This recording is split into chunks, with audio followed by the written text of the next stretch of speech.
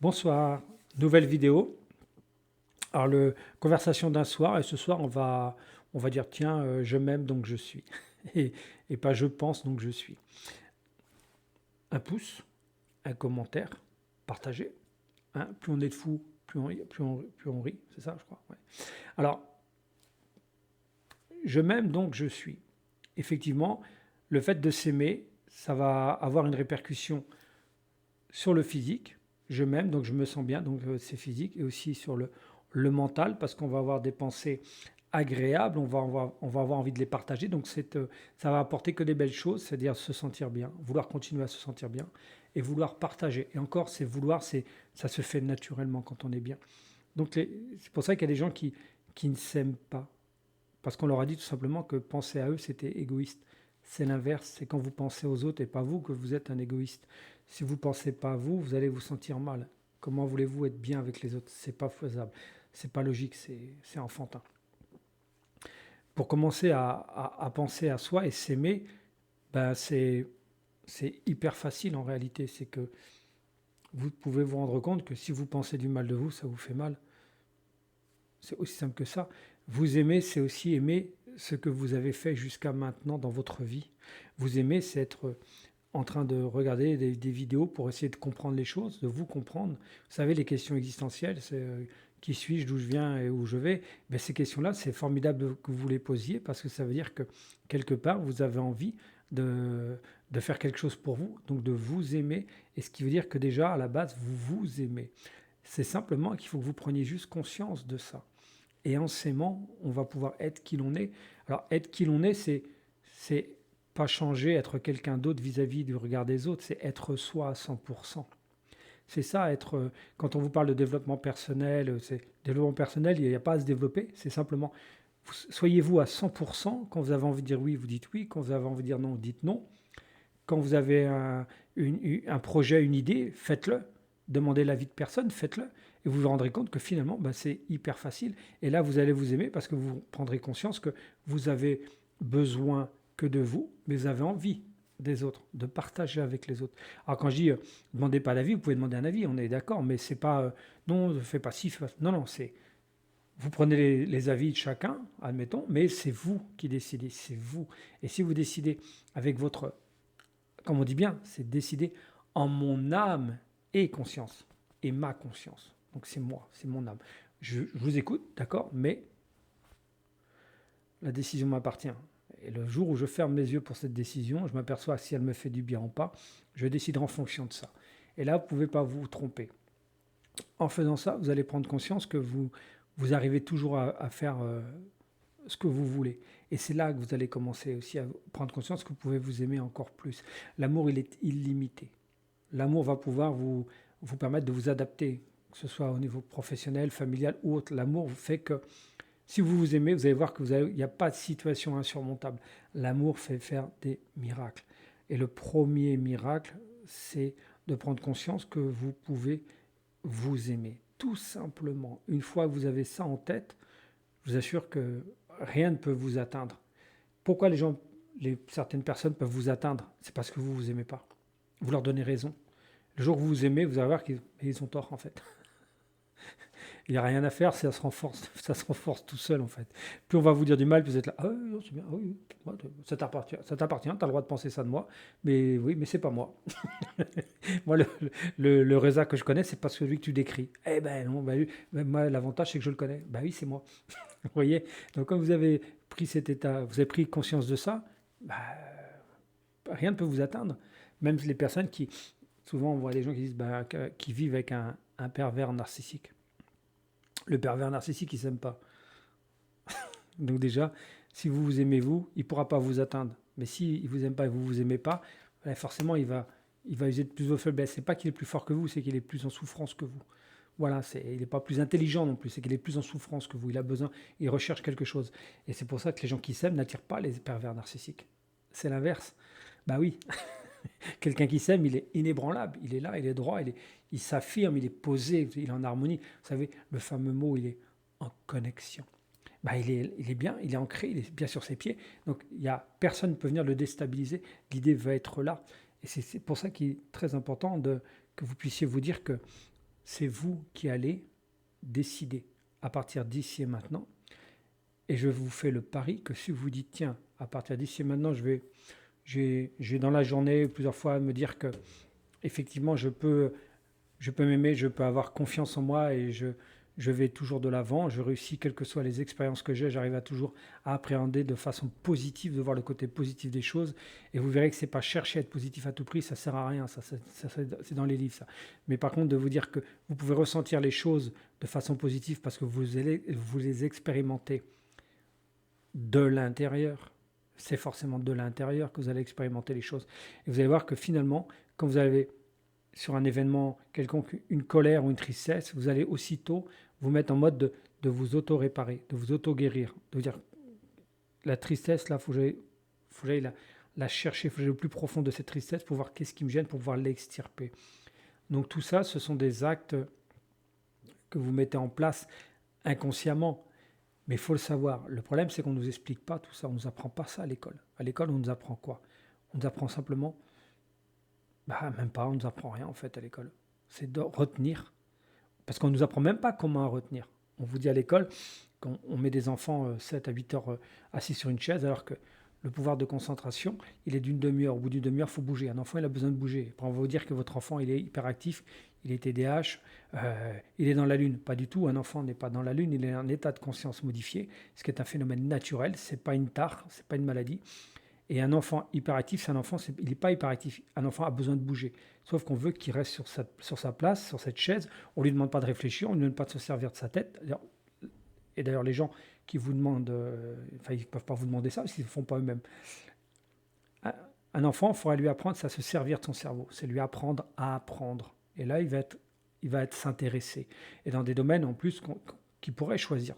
Là, ce serait formidable. Et un enfant, là, il commencerait déjà par s'aimer. Parce qu'il va faire des choses qu'il aime. Et s'il fait des choses qu'il aime, il va être fier de lui. Donc, il va s'aimer. Donc, ça commence là aussi. C'est aimer, s'aimer, c'est aussi dire à un enfant tout petit que c'est bien ce que tu fais, c'est bien. Est-ce que tu pourrais, si tu voulais améliorer un truc, tu ferais quoi? Rajouter un truc, une petite chose. Je ferais ci, je ferais ça, papa, maman, je ferais, super, formidable. Voilà, continue. Donc, c'est apprendre à l'enfant à s'aimer. Alors forcément, les gens qui écoutent la vidéo ne sont pas des enfants, je ne pense pas. Vous êtes des adultes, vous pouvez faire, c'est jamais trop tard pour se découvrir et s'aimer. Vous pouvez le faire maintenant et vous dire que finalement, ce que je n'ai pas appris étant enfant, je peux l'apprendre maintenant. Encore plus formidable pour les personnes qui regardent la vidéo, qui sont parents d'enfants en bas âge ou même ados. Vous pouvez commencer à expérimenter ce genre de propos, de phrases. Vous allez voir que ça marche systématiquement. C'est-à-dire qu'il faut apprendre. On nous apprend à nous désaimer en fait, parce qu'on nous apprend pas à s'aimer tout petit. Jamais on apprend ça à l'école ou nulle part, parce qu'on nous dit qu'on nous parle d'égoïsme. Souvent les gens en conférence, je dis faut s'aimer. Oui, mais c'est égoïste. Vous vous rendez compte? On parle à quelqu'un de s'aimer, on parle d'amour. Tout le monde parle d'amour, mais dès qu'on dit faut s'aimer, non, faut pas s'aimer. Attendez, tout le monde s'accorde à dire que le monde manque d'amour, qu'il y a un manque d'amour. Et dès qu'on en parle, non, faut pas être égoïste. Mais il faut bien commencer par soi. C'est un médecin, il se soigne en premier avant de soigner les autres. Comment voulez-vous qu'il fasse? Moi, c'est pareil. Si je ne m'occupe pas de moi, comment voulez-vous que je m'occupe de mes clients dans mon cabinet? C'est pas possible. Et c'est pas de l'égoïsme, c'est juste du bon sens. Faites ça, commencez par vous, parce que déjà c'est vous qui regardez la vidéo, c'est vous qui faites les démarches, c'est vous qui avez envie, et vous allez vous rendre compte que finalement, c'est pas bête cette histoire. Oui, parce que je me sens mieux. Et c'est vrai qu'il faut s'habituer à se sentir mieux. Parce qu'on est comme je dis, je reviens, c'est un problème d'éducation, mais l'éducation, c'est pas à cause de nos parents. C'est une éducation qui remonte à 10, 100, 200, 300 ans. C'est pas, on va dire, accusez pas vos parents, vos grands-parents, ils y sont pour rien. Eux, ils ont subi la même chose que vous. On vient tous vivre les mêmes choses, mais on vient aussi prendre conscience qu'il y a autre chose, ce qu'on subit, quoi. À l'intérieur de nous, on a d'autres envies, on a d'autres possibilités. Et on le sent, c'est intrinsèque, c'est vraiment en nous. Simplement, les gens qui vont vous dire l'inverse, ce sont juste des personnes qui sont, eux, dans la souffrance, ils n'ont pas compris comment ça fonctionne. Et comme ils ne savent pas comment ils fonctionnent eux-mêmes, ils ne peuvent pas vous accompagner. Ils ne peuvent pas vous aider. Et ces gens-là, malheureusement, il y en a énormément. Ils sont pléthores sur les réseaux sociaux. Des gens qui prétendent vous accompagner, faire des coachs du développement, des choses comme ça. C'est parce qu'ils ont des capacités, ils ont des dons. Enfin, ouais, des dons plus que des capacités, parce que les capacités, elles sont naturelles. Donc c'est pour ça qu'il faut faire attention, qu'il faut toujours revenir, et je répète ça, revenir à vous, et prendre conscience que si vous voulez vous aimer, ça commence par l'intérieur de vous. Mais il faut apprendre. Il faut apprendre que, tout simplement, à un enfant, que quand il pense mal, qu'il se dévalorise, qu'il dit je suis nul, ça lui fait du mal. Ben, c'est qu'il a tort. C'est que tu as tort. Si tu penses comme ça, tu as mal, c'est que tu as tort. Si tu pensais bien, tu n'aurais pas mal. Bon, tu aurais raison. Bon, ben, si c'est l'inverse, c'est que tu as tort. C'est pas lui montrer la faute, c'est lui montrer qu'il est responsable de sa façon de penser. Et en même temps, ça vous montre aussi que vous avez quelque chose que vous n'avez pas compris pour vous-même parce que vous n'avez pas su le transmettre à l'enfant. Ben oui.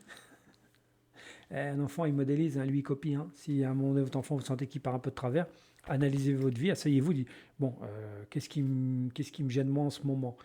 Bien sûr, tout ça, c'est sous le couvert de l'amour, pas de vous juger. D'accord? Vous ne pouvez pas vous juger de toute façon. Parce que si vous vous jugez, vous allez toujours vous punir, vous allez toujours vous flageller. Alors arrêtez de vous juger, vous voyez bien que ça ne sert à rien de le faire, puisque ça finit toujours par une punition. Il est rare que les gens qui disent non, ça va, je me juge, non, ça va. Non, c'est souvent les gens ont tendance à vouloir se présenter l'addition, alors que pas du tout. Dites-vous que c'est simplement une responsabilité que vous avez vis-à-vis de vous-même, de l'amour que vous avez pour vous-même, et c'est de ne pas le renier, cet amour. Cet amour, il est là, il est en vous. Vous aurez beau dire, beau faire, vous ne pourrez pas vous détacher de l'amour qui est en vous.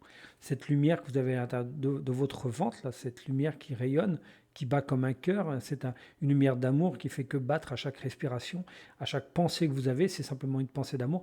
Vous vivez, vous existez uniquement par l'amour. Les pensées, ça veut dire vous existez. Si vous existez, c'est bien parce que vous êtes né de l'amour. Vous êtes né de l'amour pour l'amour. Et vous allez, quoi qu'il arrive, vous allez aller vers l'amour. Même pour les personnes qui s'en éloignent, elles y reviendront puisqu'elles sont créées de cet amour. C'est pour ça qu'il faut être...